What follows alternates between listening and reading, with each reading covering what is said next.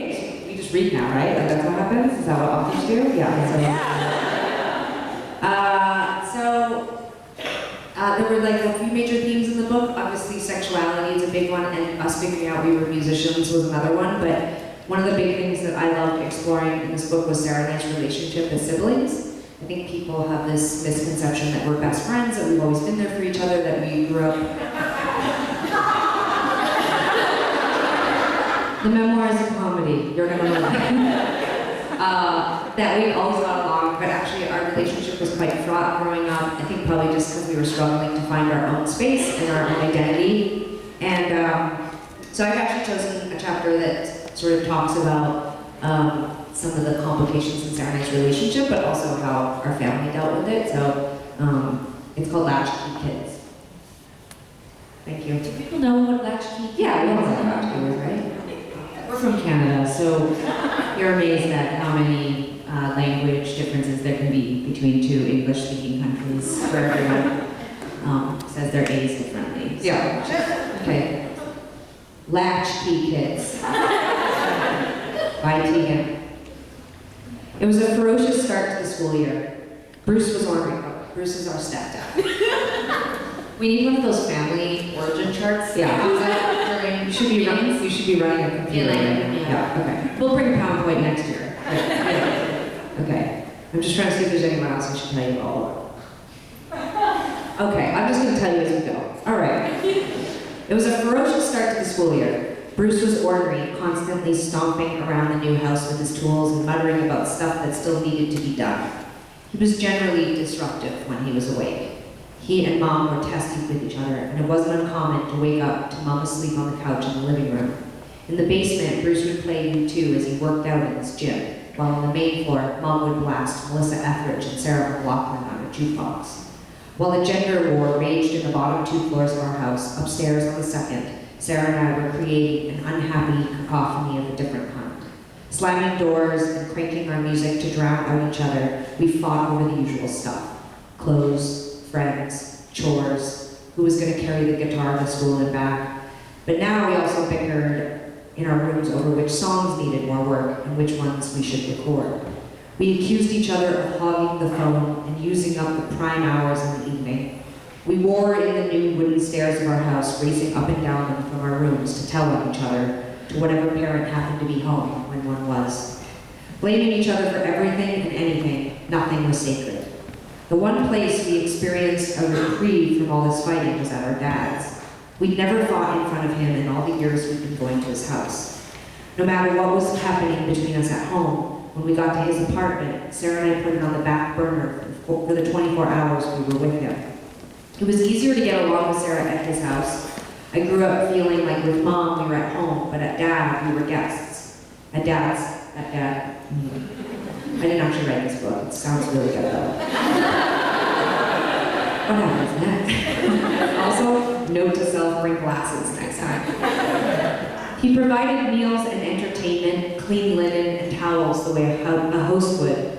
And like polite visitors, we walked on our tiptoes, replacing items we used in their precise former positions, as if a cup out of place would throw the whole balance of the apartment into a tailspin. If Sarah and I did disagree, we did it in hisses, not howls, digging our sharp elbows into each other's forearms while his back was turned. We'd stifle cries, so he didn't catch us disagreeing. Though he had never raised his voice, let alone a hand to us as we were growing up, it was the mystery of what might happen if we misbehaved in front of him that made us work so hard not to provoke him. He was gone before we were 5, and that ingrained in us a desire not to upset him or risk making him disappear again. We adored him, and since his time with us, like ours with him, was in short supply, when we were visiting him, we were ideal children who always got along. Until one Saturday that fall, early in grade 11. Sarah and I had been having a quiet disagreement in the living room while we thought Dad was out of earshot. Out of nowhere, he appeared, grabbed both of our sleeves, and forced us to our feet. Stunned, Sarah and I allowed ourselves to be walked out the front door of his apartment, where he shoved us both into the hall. Our backpacks were already lying there waiting for us. "Don't come here if you're going to fight," he said simply, then let the door close in our faces. "What the fuck do we do now?" Sarah asked me, lifting her backpack from the floor. "I don't know, we can't go home, Mom will be pissed." I swept my bag up off the floor and onto my bed. Come on, I said to Sarah after a few seconds. Fuck this, let's go to Christina's. Christina was our best friend. In Christina's living room, we joked about what had happened until we shifted into the kind of laughter that becomes explosive. We gasped for air, holding our sides as we laughed. Imagine if Mom did that, threw us out every time we had a fight. We'd have to set up a tent in the backyard permanently to live in, I said. And she'd have to live out there too, Sarah said. It's like they're afraid to parent us, Christina commented of our dads. Her parents were recently divorced. Without our moms, they're lost. They can't deal with conflict. They have no clue what to do. When we got home Sunday, Mom didn't mention it. Dad hadn't called to tell her or to figure out where we went. I felt simultaneously relieved and hurt. The next weekend, he turned over a key to each of us to his apartment. You can come over anytime you like, even during the week if you want to get away from your mother or each other. And you don't have to come on the weekend. Go hang out with your friends if that's what you prefer. Your Saturday nights are yours, but when you do come to my house, I prefer you don't fight. At first, I palmed the key excitedly, imagining the weekends I'd have to spend with my friends. It made me feel guilty, but glad I might not have to give up every single Saturday night for the rest of school, sitting with Dad and Sarah in his apartment watching Golden Girls when I could be at friends drinking, or at Alex, that's my best friend, watching a movie in her basement. But then I considered that his time with us, already limited to one 24-hour period a week, had just become less certain. I realized he wasn't just giving a key, he was giving up his time, as he'd done that past weekend when we argued. Rather than parent us, he was sending us into the hall again. I felt sorry for him then. I knew I'd probably return the next Saturday with Sarah, and we'd go back to getting along, even if we were just faking it for him. A few weeks later, Sarah and I were rushing out of Mom's with our guitar to go to school when I realized I'd already pulled the back door closed and I didn't have my key. Fuck, I said, grabbing the handle of the guitar and racing to catch up to Sarah. Forgot the key? Yeah. Well, I'm gonna go to Zoe's after school, Sarah shrugged, so you're gonna be locked out alone. What am I, her keeper? I didn't choose to have her, she's not my child.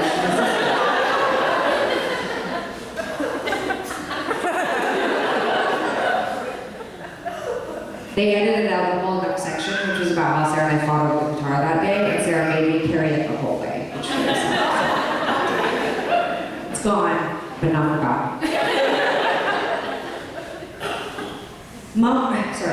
On the bus, I dug around in my backpack, hoping I'd find the key after all. Instead, I fished out the one to my dad's apartment.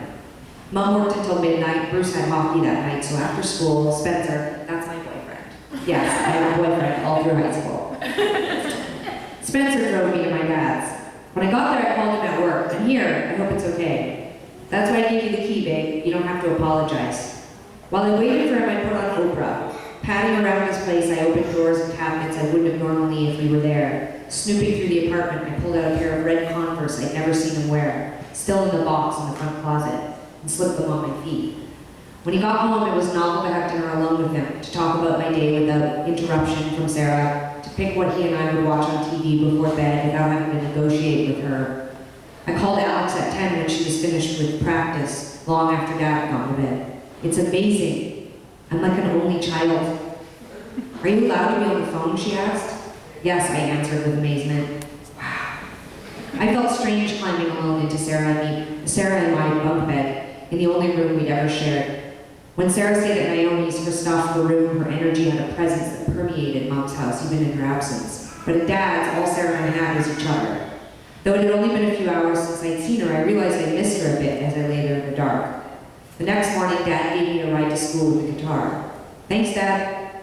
Hi, TV, Sarah shouted as I walked up to her and our friends in the hall before class. Was it so fun being at Dad's? What was it like? Oh my God, it was amazing. He ordered pizza, and he went to bed at 9 and said I could talk on the phone as late as I wanted. Sarah shook her head in disbelief. Oh my God, don't tell Mom. She'll call him and make him change the rules. We both laughed, and later that week, Sarah went to Dad's without me.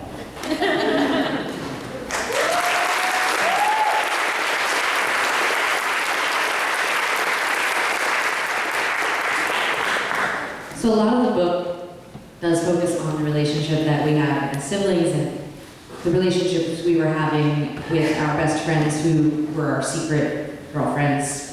And then, yeah, well, we're both gay. And so says, I think there's a bunch of gay stuff on the outside of the book. You would have figured it out. It'd be like getting one of those movies where there's like a sports car on the front and telling you that it was about like car racing or something. But we also figured out how to write songs and be musicians, and we were recording our demos, and we ended up in grade 12 winning a competition that afforded us some studio time, and we made an official demo, a professional tape. And this story that I'm going to read takes place sort of in the aftershock of how our lives changed while we were still high school students and sort of had become local celebrities, and we were no longer playing shows for teenagers and our friends. We were now sort of subjected to the world of adults again. So that's where this picks up. What do you know about love? Tegan played the yellow tape in Mom's Jeep over and over again. Bruce nearly wore his copy out in the truck, and Dad had assigned a stack to sell at work. Everyone was happy with it, except me, and Uncle Henry, who told Mom the squeaks of our guitar strings were distracting. I latched onto this criticism, unable to hear anything but these mistakes on future listens. I spent hours in vain trying to figure out how to move my fingers from chord to chord without creating those squeals of imperfection. I'm worried it's not good enough, I told Tegan finally. She groaned and rolled her eyes. This was oddly comforting, like pushing on a bruise. Our first official support gig was opening for Hayden at the Multicultural Center. It was another bonus prize of winning Garage Wars, and that we were opening for an artist whom we loved only added to our excitement. On the way to soundcheck, we listened to our favorite Hayden song, Bad as They Seem, over and over. Singing loudly in the back seat, I couldn't stop smiling at myself in the rearview mirror. We were about to play our music in front of an audience that was there to see a real artist perform, a professional musician with a record deal and a merch table full of t-shirts. We were about to experience firsthand the life that we wanted for ourselves.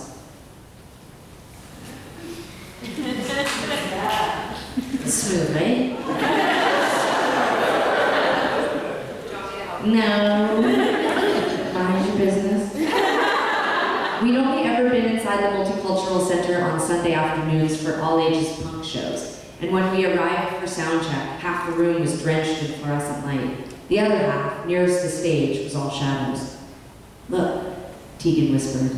She was pointing in the direction of a man taking small steps in a circle, strumming an acoustic guitar near the stage. It was Hayden, his neck wrapped in a white scarf, his face all stubble. I can't believe he's just walking around, I gasped. We'd never met anyone famous, and we nervously approached him and introduced ourselves. He smiled and shook our hands. When he turned back to the stage, picking the strings of his guitar and singing softly, Tegan and I looked at each other in disbelief, then clutched at each other's arms. Because the venue was all ages, our friends were allowed to come. And after the doors opened, they noisily filed in and dropped their backpacks and coats near the front of the room. They sat in straight line as if at assembly, calling out our names as we tuned our guitars and prepared to go on stage. There weren't many people there when it was our turn to, sorry? They weren't, I mean, sorry.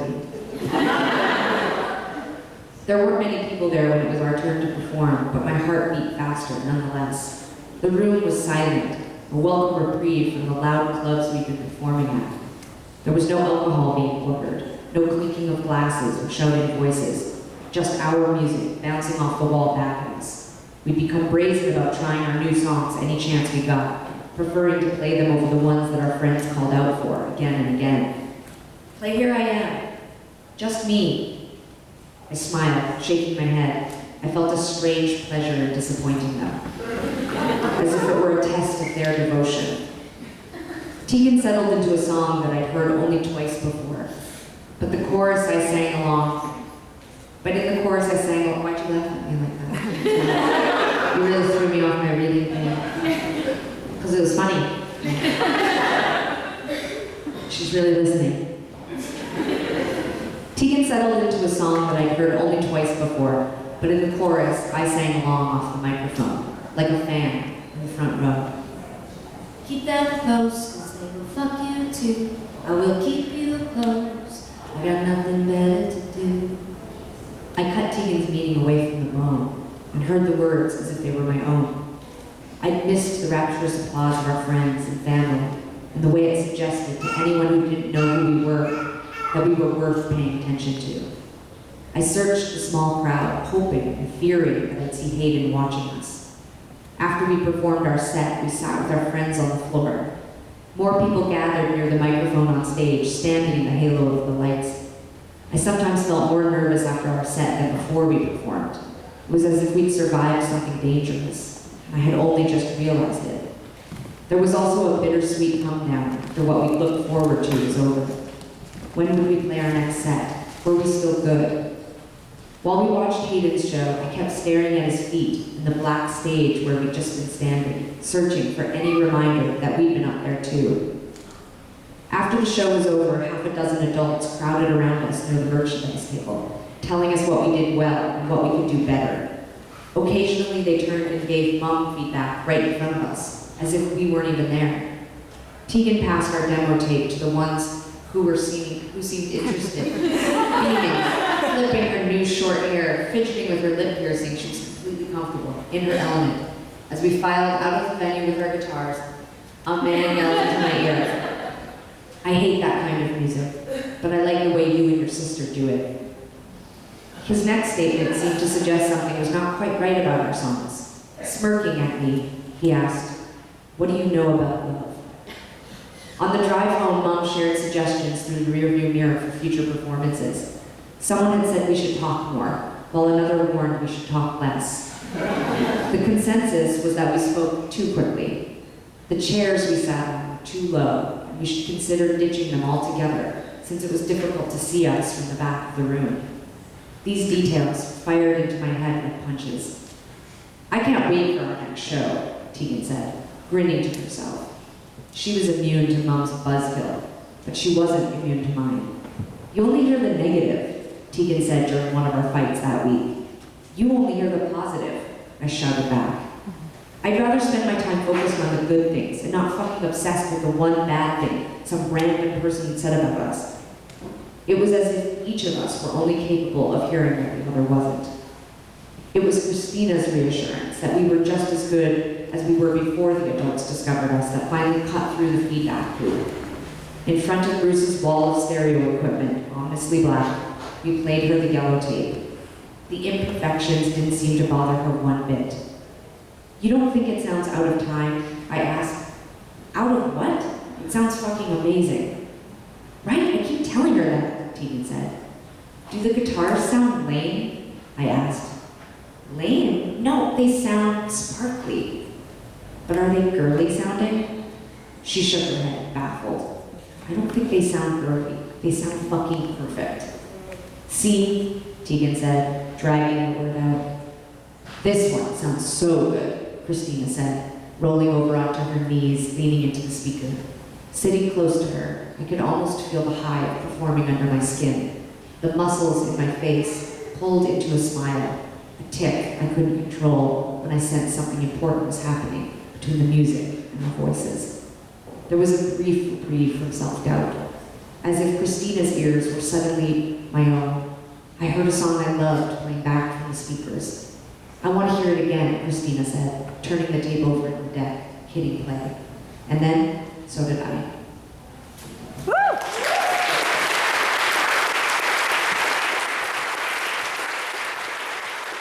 I'm really glad that you read that chapter, Sarah, because I wanted to talk to you about that moment in the book.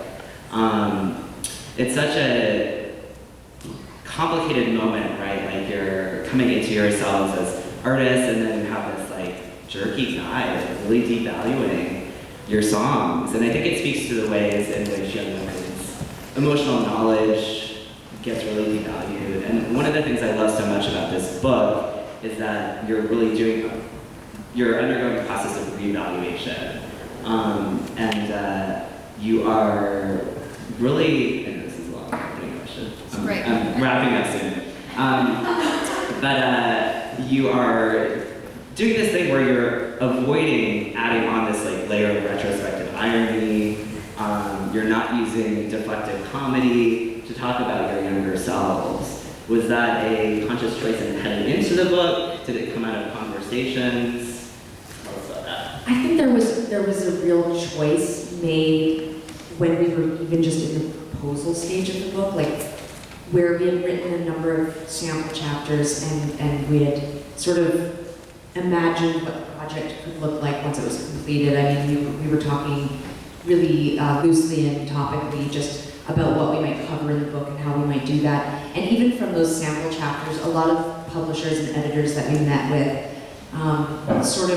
there were some that sort of pushed us in the direction of, have you thought that you could maybe potentially frame this more from an adult voice or an adult perspective? And we kept calling that the Kevin voice from Wonder Years. Like we were like, we don't want to be the adult voice at the beginning of the Wonder Years. Like we really wanted you to be, in a way I wanted people to be able to pick up the book and think it was maybe even fiction. You know, this to me wasn't essays, it wasn't, I wanted to be really immersive about the experience because I wanted people to lose themselves in whatever age, whoever you are, whatever you are, however you identify. I wanted you to feel like you were teenage Tegan and Sara going through these experiences, and that was the only way I really, at the time, and this again, we're first-time authors and writers, so you know, it just felt really natural to me and more probably of a parallel to what we do in music.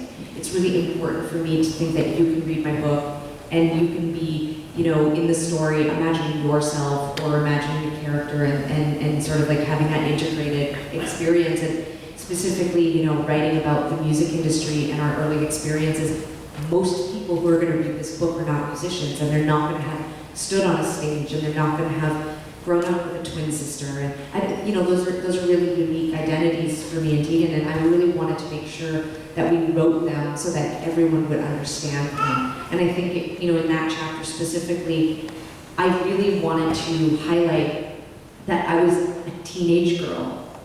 I'm 5'2". I'm in this world suddenly where I'm in bars and venues where men in their 30s or 40s are coming up to me and talking to me about my songs, and my songs are about my sexuality and my identity, and I haven't even disclosed that yet. And there was this precarious, awkward, sometimes patronizing, sometimes threatening feeling that would happen when we would talk to these people. And I don't know if that man was trying to be gross or rude or whatever it was, but I felt like he was saying, like, what could you possibly know about the things that you're singing about? And at 17 years old, you know, I had what to me felt like significant emotional and physical relationships with women under duress, in a closeted, scared state. And I felt actually like I had a lot to say, and I knew a lot about love, and I still do. And I think like I still feel that way about myself at 17 years old. I mean, I really believe that story that is in our music and in our journals and the way we talk to them. I don't look back at myself at 17 and think, oh God, teenage Sara didn't know a thing about love. In a lot of ways, teenage Sara was much more present and understood love in a way that adult me doesn't.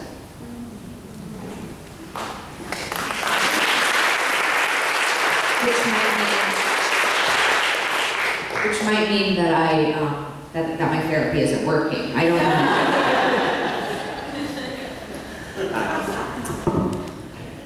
I wanted to talk about homophobia and the presence of homophobia in the book and the way that you treat it. It's so complicated, the ways in which you describe the ways in which you are encountering homophobia and partially absorbing it yourself. And you're also calling it out on multiple occasions. Tegan, there's that moment with your stepdad when he calls Kurt Cobain a fag, and you really take him to task for that. And Sara, you have that moment, really moving moment with a classmate who makes these really loud remarks. Why was it important to you to bring those moments into the book? You know, it's actually really interesting because obviously the book came out this week, and I have another chapter in the book where I also write about a Christmas vacation that we go on to visit our family in Atlanta, and one of my cousins, who's 12 at the time, announces over dinner that she saw two girls making out in a store. And this family fight breaks out because my uncle was upset at my aunt because he's like, where were you when this was happening? Because none of us had seen it. And, well, none of the adults had seen it. We had seen the girls. They were very cool. One had like a shaved head, one had like dyed hair and Doc Martens. So we saw it. We saw it.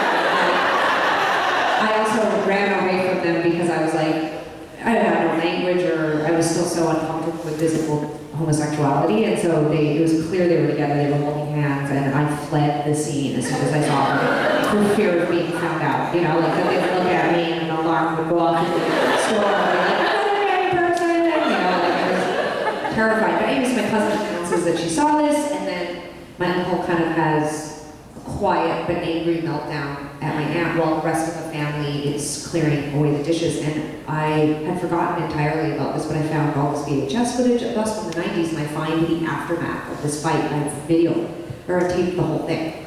And we're still in the fight as a family, and I'm filming everyone, and I'm livid. And then Sarah comes up and takes the camera away from me, and so I'm on camera flipping out about, and a lot of this got edited out, but I'm comparing the way that they're acting to a lot of kids at school who are constantly comparing constantly bringing up homosexuality and HIV/AIDS together. Like the two went hand in hand, and I'm talking about how repressed they are.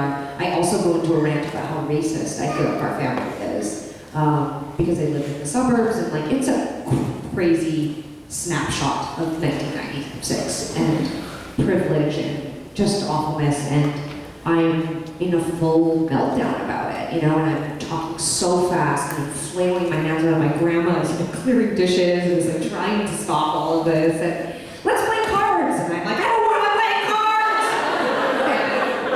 cards. It was so hard to watch, and so I wrote about it because for me it wasn't just a salacious, like here I am telling all this bad shit about our family. The point of telling the story is that I am uncomfortable. I'm visibly uncomfortable, I'm painfully awkward about the topic, and I'm that way because I know Sarah's having a relationship with a girl and I know that I'm gay. And my discomfort in the store with the girls, my homophobia, it's so clear to me at that moment that I am homophobic and I feel this way, and I see it in all of my family. It's like hot potato, we're just tossing it around, we're so clunky in the way we're describing what happened. And my cousin is like, keeps coming onto cameras. Same cousin who brought the story up. Yeah, she had these big thick glasses on, and she's like got this crazy curly hair, and she just every time she appears on camera, she's like, "Who cares?" Because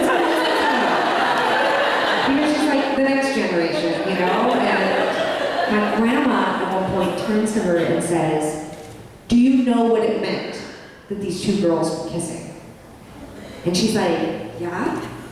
And then everyone in the family just stops fighting. You know, we just kind of like move on. And I, meanwhile, Sarah's filming me and everyone's dealing out the cards, and I am visibly shaking. And this week the book came out, and one of my cousins wrote me and asked if I had talked to my uncle about it yet, and I haven't.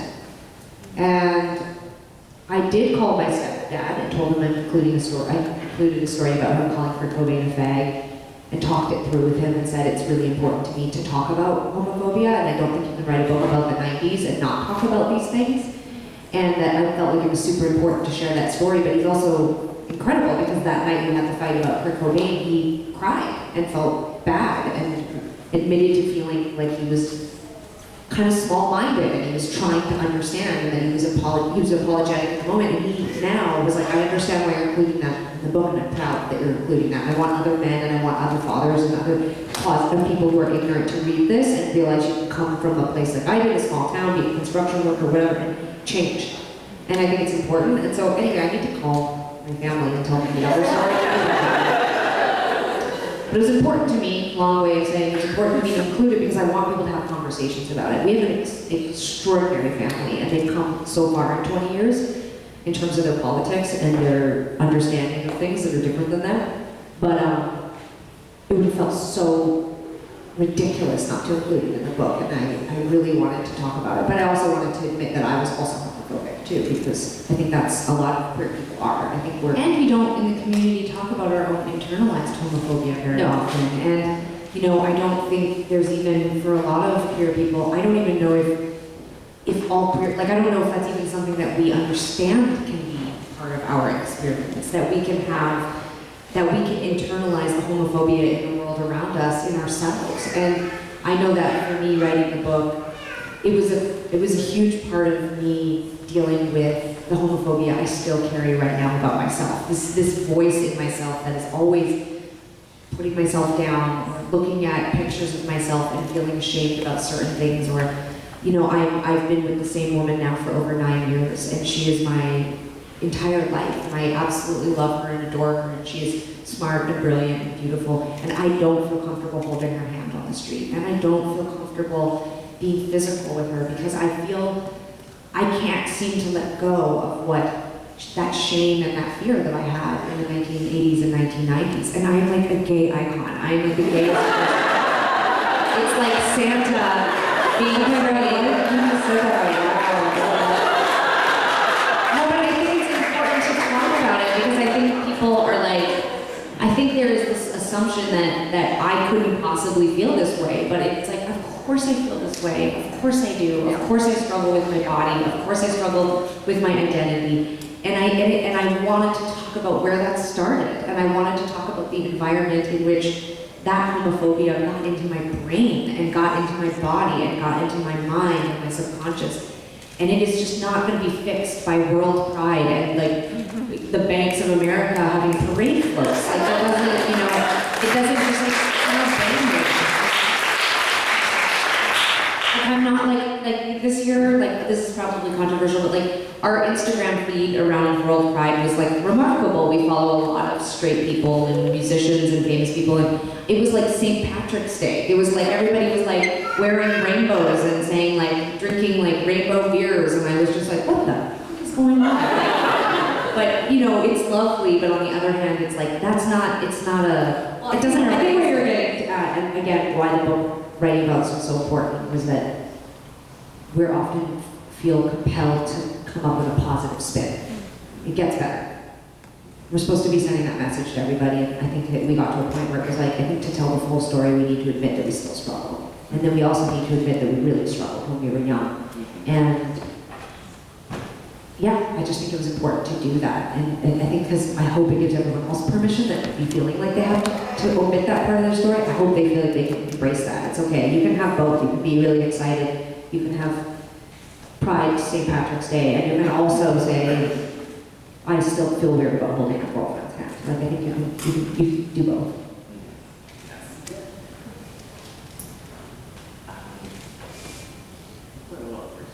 To go parent? No, I mean, it's go for it. I don't know. Are there rules here? I have no idea. You're fine. 1 word. 5 minutes. Okay. I would love to talk to you about hair. Yeah. Also an important part of the book. Yeah, it's really important. This image is so beautiful. This, how old were you? We were in grade 11. We were 16. Can you talk about just like your changing relationships to hair, and I guess Tegan, you were the first to cut your hair. What was going through your mind in that moment?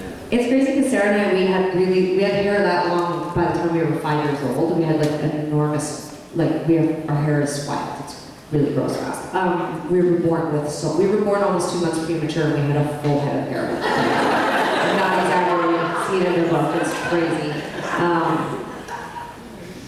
It's wild. Anyway, the point is that we hated our hair. Our hair for us was like a pain in the ass, but I also think that it made us feel very feminine and gendered. Like it was getting our hair done. We hated wearing dresses. We knew obviously from a young age, everyone knew something was different about us. We really rejected those things. And the first time we cut our hair off, we were actually 5 years old. And my mom said we'd seen Katie Lang perform in a ball. Yeah, on her first cross-Canadian tour. And she had, the pompadour, and was wearing a wedding dress with army boots. And my mom said we wouldn't stop talking about her hair for days. And that it really got in our minds, like that was pretty much the first time we'd seen a woman with short hair. So, but yeah, in high school we had the long hair again. I think after that, we got teased all the time when we were kids for having short hair and being like boys. And I think once we hit adolescence, we just started growing our hair out because it became like kind of a shield. I think we just thought if we grew our hair long, no one will know we're different. And yeah, in grade 12, when we start to see some success in our band, I cut all my hair off. Initially, I just cut it to here, but I become a different person overnight. It was wild. It was as if I had been under 10 feet of hair or something. You know, like it was just like I cut it off and I was like, and then of course on our 18th birthday, we both shaved our heads. And I think it was really big. I let Sarah talks more eloquently, I think, about our journey with hair and identity, but it was important definitely in the book to talk about how significant that was. I think a lot of people will identify with this, but certainly I think queer people, a lot of people have this in common, where you do use the hair as a shield. All of our friends had short hair, by the way, so we could have cut our hair off a little bit sooner, but I think we felt really exposed, and yeah, anyway, but Sarah can talk more about. Yeah, one of the things that I was hoping to find when we started looking through our archival materials was some kind of record. Like, I wish there was a verbal record of like us admitting why we weren't cutting our hair or why. Well, I do the video in Atlanta. Yeah, you do, but like I don't. Because everyone's telling me to take my hair down. I used to wear it tied up, and I had a full meltdown on camera because Sarah's like, just cut your hair, just cut your hair. And my family's like, take it down. My aunts are pulling on it, and I take it down, and it's to here. And it's wet. I've like gone in the shower and then I've tied it up. But they called it the teacher bun. I used to put this bun at the back of my head, and they pull it out and they're pulling their hands through it. And Sarah's behind the camera and she's like, "Just cut your hair if you don't like your hair." And I was a mess that Christmas holiday. I have to say actually. But I say, I'm like, "No, if I do it, you're gonna say I look like a boy. That'll make you all happy, won't it?" Like, I had like a full meltdown. And then I just tie it back up, pour the biggest glass of Coke you've ever seen. It's like 10:30 in the morning, and then I'm reading The Myths of Avalon. I cut her off to my feminist corner, you know, and I just see that. Yeah, so there's a lot. And, you know, some of it is around queer identity, and I think just some of it was also about probably some early shame that we internalized around being misgendered as young kids. We wanted to look like boys, and we wanted to cut our hair short because we wanted to be like our dad. We only got 1 year here's, and it was just this really confusing. It was a really confusing sort of whiplash because we knew what we wanted to look like. It wasn't like we accidentally looked like that. Like we chose to look like that specifically because we wanted to look like boys. But adults were so embarrassed when they misgendered us. So my memory of being in like, you know, kindergarten through like 6th grade is having adults say, "Get down off that escalator, son," and I would be like, "Okay, no problem," and they would be like, "Girl, you're a girl, right?" Girly. There was like a lot of that, and my shame was their shame, like about mistaking me. I don't remember feeling embarrassed of myself. I remember feeling embarrassed watching adults feel embarrassed about me. And I think once I started growing my hair, it wasn't that I was worried I was going to cut my hair and everyone was going to know I was gay. I think I just realized that I had some way to control how badly I felt about my body and my identity and my sexuality, and so cutting my hair would have somehow signaled that I was, I don't know, that I was accepting it, all of it. And so by not cutting my hair, I felt like I could sort of stay in that purgatory gray area of like, I'm not doing anything. I'm just gonna stand here paralyzed with this very, very long hair. And by cutting it, I sort of was taking those first steps forward and accepting parts of my identity. And that really came for me in grade 12. It really was like, I was like having this cognitive dissonance, like fully sleeping with girls and hooking up with girls and just being like in complete denial about it. And then suddenly at the end of grade 12, it was like my adult voice was like, "You need to cut your hair and come out and like just, you're gonna do this." And I did, you know, and it really, but it, you know, we talk about it a bit in the book, but we also talk about it publicly a lot because I'm afraid when we laugh at our pictures from high school that we're really being those bullies that used to laugh at us when we were teenagers. You know, I felt like I wanted to be a bit gentler, and like I think the pictures are funny. It's okay if you laugh at our high school pictures. It's like, I don't want anyone to feel bad for laughing. It is funny to see us looking like, you know, we've just been arrested for petty crime and we're wearing Nirvana t-shirts and we look miserable. It's cute and it's funny, but it's but there's also a lot of pain in that, and I want to like honor those teenagers by not laughing at them too much, and like I want to be more, you know, I want to give more context to what all of that was about. So Thank you so much. Thank I think you. we have to wrap up.